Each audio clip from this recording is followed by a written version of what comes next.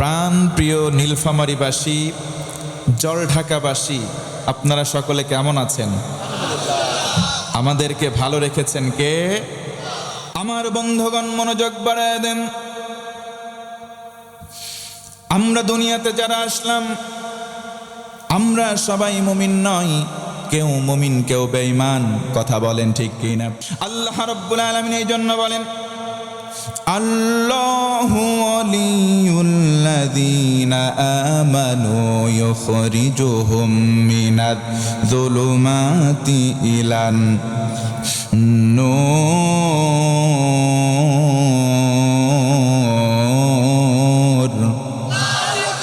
আমার আল্লাহ বলেন, ও গোলাম, তুমি মুমিন হয়েছ, আমি আল্লাহ বললাম, আমি আল্লাহর এক প্রকার ওয়াদা, আমি আল্লাহ তোমার ওলি হয়ে গেলাম, তোমার বন্ধু হয়ে গেলাম। পড়েন তো সুবহানাল্লাহ। আল্লাহ রাব্বুল আলামিন বলেন, বান্দারে, আমি আল্লাহ কারো বন্ধু হলে তারে তো আমি ফেলে রাখবো না, আমার কুদরতে হাত দিয়ে তার হাতটা চেপে ধরবো, জান্নাতের পথ, আলোর পথ দেখাবো। ও মুসলমান, বলেন, সেই মুমিনের দলে, সেই ইমানদারদের দলে আমরা অন্তর্ভুক্ত হতে চাই কি চাই না? আল্লাহর জিকির, আল্লাহর স্মরণ, ও মুসলমান বলেন, আল্লাহর স্মরণ করার দরকার আছে না নাই? আল্লাহ রাব্বুল আলামিনের স্মরণ কেমন করে হয়? আল্লাহর স্মরণ তার জিকিরে হয়। আল্লাহর জিকির রয়েছে কালেমার মধ্যে, কালেমা লা ইলাহা ইল্লাল্লাহ।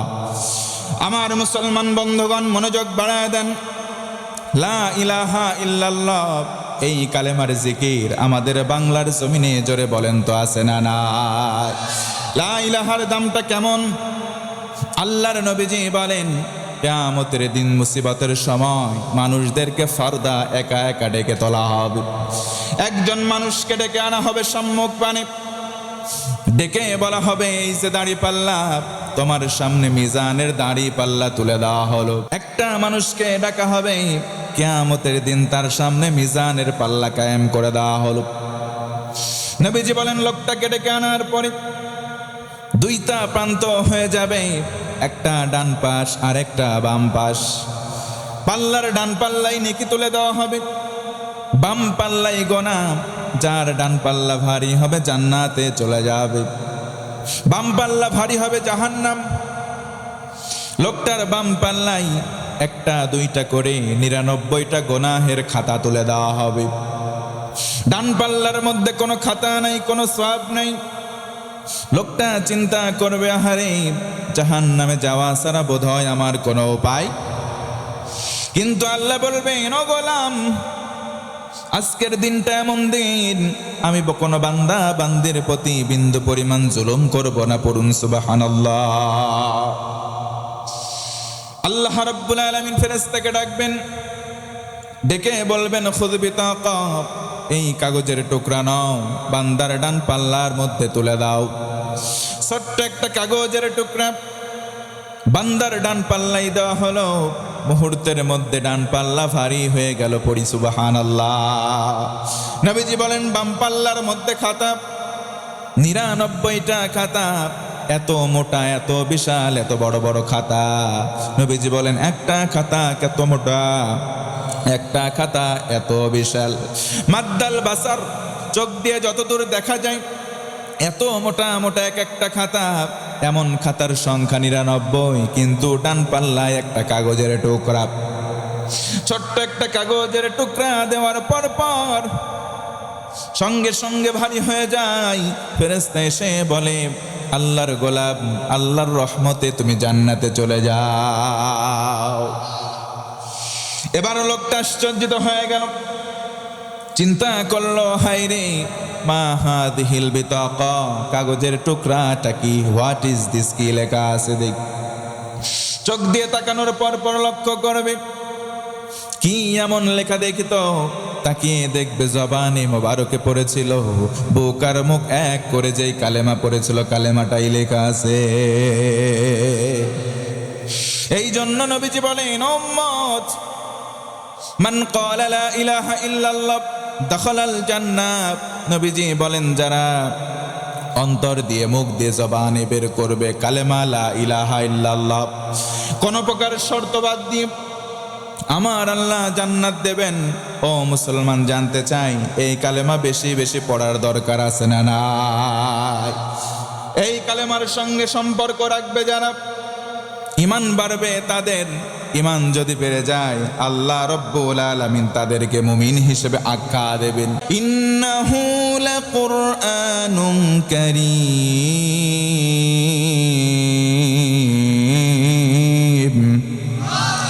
বাল হুয়া কুরআনুম মাজিদ।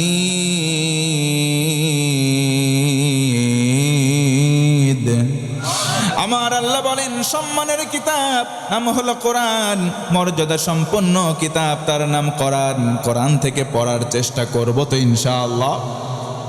আল্লাহ নবীজি বলেন, শোনো, আল কোরআনু হুজ্জাতুল লাকা ওয়া আলাইক। এই কোরআন কবরে তোমার পক্ষে সাক্ষ্য দেবে, না হয় তোমার বিপক্ষে চলে যাবে। কোরআন আমাদের পক্ষে থাকুক মুসলমান, আমরা চাই কি চাই না? মান তাবা ওয়া আমানা ওয়া আমিলা আমালান সালিহাত ফাউলাইকা ইউবাদদিলুল্লাহু সাইয়্যাতিহিম হাসানাত। আমার আল্লাহ বলেন, ও গোলাম, তুমি যদি ঈমানদার হও আর যদি তওবা করো, তওবার মতো তওবা হয়, ঈমানটাকে মজবুত যদি করতে পারো, তুমি যদি নেক আমল শুরু করে দাও, পেছনের জীবনের সব গুনাহগুলো আমি আল্লাহ বদল করে নেকি বানাবো। আল ইয়াউমা নাখতিমু আলা আফওয়াহিহিম ওয়া তুকাল্লিমুনা আইদিহিম وتشهد أرجلهم بما كانوا يكسبون।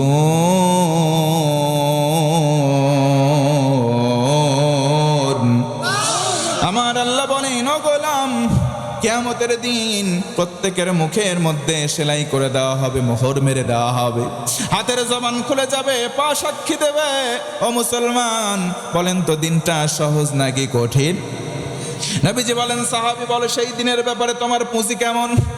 সাহাবী বললেন, ইয়া রাসূলুল্লাহ, লা কাসীরিম মিনাস সালাত, আমার তো তেমন কোনো বেশি নামাজ নাই, ওয়ালা মিন সাওমিন, তেমন কোনো নফল রোজাও নাই, ওয়ালা মিন সাদাকাতিন, তেমন কোনো দান নাই, ইয়া রাসূলুল্লাহ, ওয়ালাকিন্নী উহিব্বুল্লাহ ওয়া রাসূলাহু, আমি এইগুলো আমল করি নাই, কিন্তু আমি আমার নিজের চাইতে বেশি আল্লাহ এবং রাসূল আপনাকে সব চাইতে ভালোবাসি।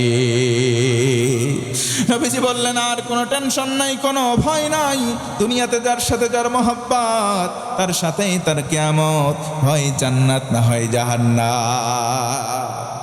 আল্লাহ আল্লাহ রসুলকে ভালোবাসে, নামাজ বেশি পড়ে নাই, নফল রোজা বেশি করে নাই, দানও বেশি করে নাই, নবীকে মহব্বত করবার কারণে সে জান্নাতে যাবে। কন্যা সুবহানাল্লাহ।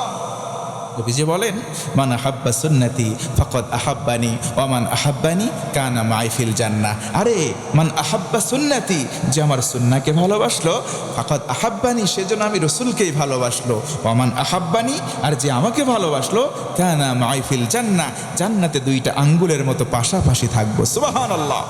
নবীর সঙ্গে জান্নাতে যেতে চাই না ভাই? আল্লাহ যেন আমাদের কবুল করে, পড়ে না আমিন।